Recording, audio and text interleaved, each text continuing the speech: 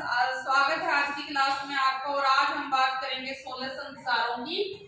16 संस्कारों का काफी महत्वपूर्ण रोल है हमारे जीवन में। देखिए, पहला संस्कार है गर्भाधान संस्कार।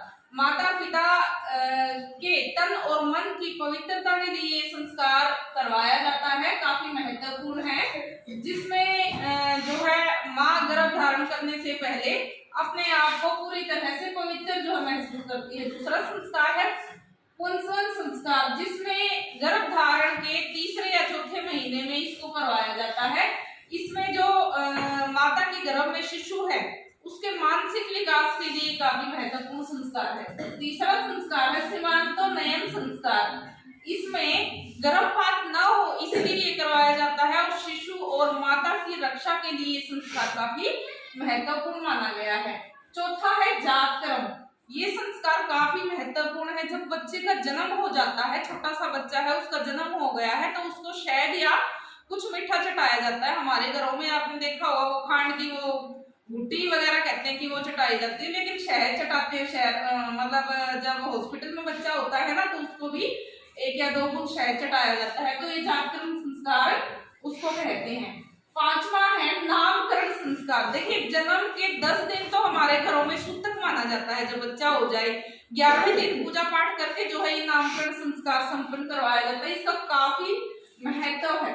छठा संस्कार है निष्क्रमण संस्कार। इसमें क्या है कि बच्चा अब तक अपने घर पे ही था, बच्चे को घर से बाहर निकालते हैं, सूर्य और चंद्रमा के दर्शन करवाते हैं। ये काफी महत्वपूर्ण संस्कार है।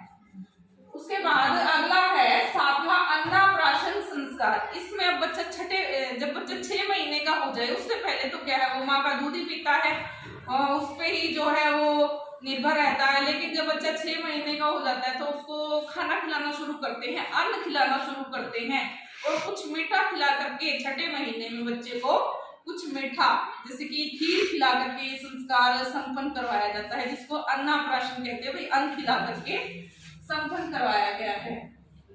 नेक्स्ट जो संस्कार है वो है चूड़ाकर्म संस्कार। इसमें बच्चे के जो सिर पे जो सुच्चे बाल उठते हैं ना, आजकल हमारे घरों में क्या कहते हैं कि टोक लग जाएगी भाई अगर ये बाल ना उतारे, तो उसमें थोड़े से उतार करके रख लेते हैं। तो ये चूड़ाकर्म संस्कार है। इसको मुंडन संस्कार भी कह सकते हैं। जब बच्चे के जो सिर के सुच्चे बाल जो उतारे जाते हैं, शुरू के जो बाल है ना गर्भ के, वो उतारे जाते हैं। ये बच्चे के मान लिया साल का है तब भी उतारे जा सकते हैं, 2 साल का है तब भी उतारे जा सकते हैं। अगला है विद्यारंभ। अब बच्चा मान लिया 1.5-2 साल का हो गया तो फिर क्या है, उसको बोलना सिखाएंगे मम्मी पापा, भाई बोल, एक अक्षर सिखाएंगे। फिर वो अक्षरों को जोड़ेगा, शब्द बनाएगा, फिर उस शब्दों को जोड़ करके लाइन बनाएगा। शुरुआत के जो गुरु होते हैं बच्चे के, वो माता पिता दादा दादी घर के सदस्य होते हैं जो उसको बोलना सिखाते हैं। तो ये संस्कार तब करवाया जाता है विद्यारंभ। शुरुआत में जो सीखता है बच्चा, विद्या का जहाँ से आरंभ होता है, ये वो संस्कार, ठीक है, विद्यारंभ। अगला है कर्ण वेधन संस्कार। इस संस्कार के मुताबिक बच्चे के कान वेद दिए जाते हैं, छेद दिए जाते हैं। पहले जो क्या होता था, गुरुकुल में भेजने से पहले बच्चे के कान छेद दिए जाते थे, भाई इसकी स्मरण शक्ति जो है तेज हो जाए। वैज्ञानिक कारण है, आपने देखा होगा जो पहले के जो गुरुकुल में आश्रम में जो बच्चे पढ़ते हैं ना, उनके कान छेद दिए जाते थे, सिर जो है गंजे कर दिए जाते थे, मुंड दिए जाते थे, मुंडन होता था, कर्ण वेदन होता था। और बच्चे को ये संस्कार करने के बाद जो है गुरुकुलों में आश्रमों में गुरु के पास भेजा जाता था। इसके बाद 11वां जो संस्कार है वो है यज्ञोपवीत संस्कार, जिसको उपनयन संस्कार भी कहते हैं। ये संस्कार बच्चे के बौद्धिक विकास के लिए काफी महत्वपूर्ण माना जाता है, क्योंकि इसके बाद जो है बच्चे की शिक्षा दीक्षा के लिए प्रयास किए जाते हैं। 12वां जो संस्कार है वेद आरंभ संस्कार। वेद आरंभ मतलब वेदों की शिक्षा जो है बच्चे को पानी है, इसके लिए जो है बच्चा अपने गुरु के पास भेज दिया जाता है। ज्ञान प्राप्ति के लिए संस्कार काफी महत्वपूर्ण है।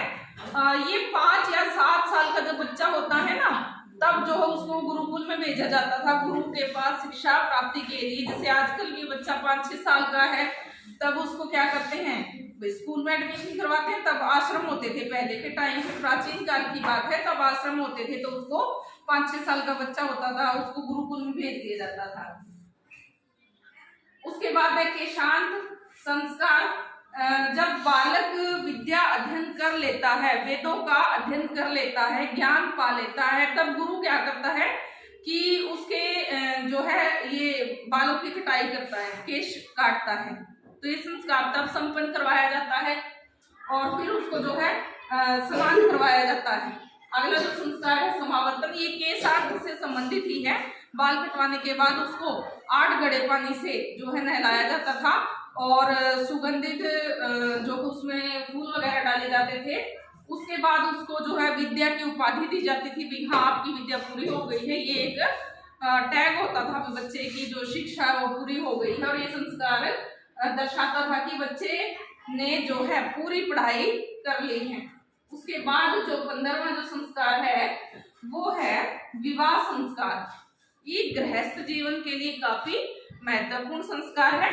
ऊपर के जितने भी हमने संस्कार पढ़े हैं यहाँ तक के ये ब्रह्मचर्य आश्रम के थे। हमने कल 4 आश्रमों की बात की थी ना, ब्रह्मचर्य आश्रम, गृहस्थ आश्रम, ब्रह्मचर्य आश्रम, गृहस्थ आश्रम, संन्यास आश्रम और जो है अंतिम आश्रम क्या था, भूल गई मैं भी। 0 से 25 साल तक गृहस्थ आश्रम था, 0 से 25 से 50 तक जो है गृहस्थ आश्रम था।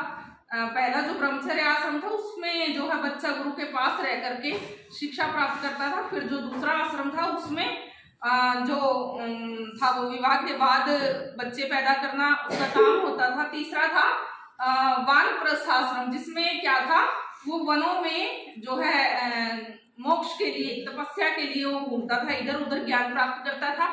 अंतिम है संन्यास आश्रम जो था, जो 75 से 100 साल की आयु के अंतर्गत पूरा किया जाता था और जिसमें मोक्ष प्राप्ति के लिए वो कठोर तपस्या करता था। तो ये पहला जो है ये ब्रह्मचर्य आश्रम के अंतर्गत ही हमने इतने सारे जो संस्कार हैं इनको उस अकॉर्डिंग जो है हमने पूर्ण करना है। 15वां जो संस्कार है विवाह संस्कार, जो आश्रम है विवाह आश्रम की 15वां जो संस्कार है विवाह संस्कार, इसमें क्या है वैदिक टाइम पीरियड पे 8 तरह के विवाहों का प्रचलन था, जिसमें पहले 4 तरह के जो विवाह थे वो अच्छे माने जाते थे और बाद के 4 तरह के जो विवाह थे वो सही नहीं माने जाते थे। गृहस्थ जीवन में प्रवेश के लिए यह आश्रम काफी उपयुक्त माना गया है। लास्ट का जो संस्कार है वो है अंत्येष्टि, जिसको अंतिम संस्कार भी कहते हैं। और इसमें क्या है, जब मनुष्य अपना जीवन पूर्ण कर लेता है और अंतिम सांस लेता है तो उसके बाद जो है उसका अंतिम संस्कार किया जाता है। आपको पता भी होगा जब इंसान जो है शरीर त्याग देता है, आत्मा शरीर को छोड़ देती है, तो उसकी जो डेड बॉडी है, उसका जो मृत शरीर है, उसको अग्नि से जो है पंच तत्वों में वो विलीन हो जाती है। तो ये अंतिम संस्कार है। स्टूडेंट्स, आज हमने जो है 16 तरह के संस्कारों की बात की है, तो आशा है आपको समझ में आए होंगे। धन्यवाद।